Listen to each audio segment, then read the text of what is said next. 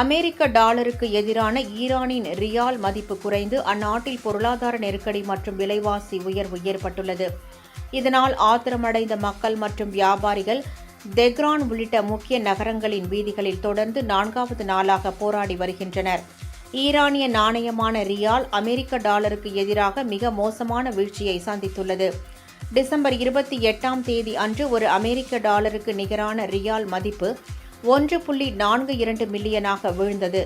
இதனை அடுத்து அந்நாட்டு மத்திய வங்கி ஆளுநராக இருந்த முகமது ரெசா பர்சின் ராஜினாமா செய்த நிலையில் புதிய ஆளுநராக அந்நாட்டு முன்னாள் நிதியமைச்சர் அப்துல் நாசர் ஹெம்மாட்டி நியமனம் செய்யப்பட்டுள்ளார்.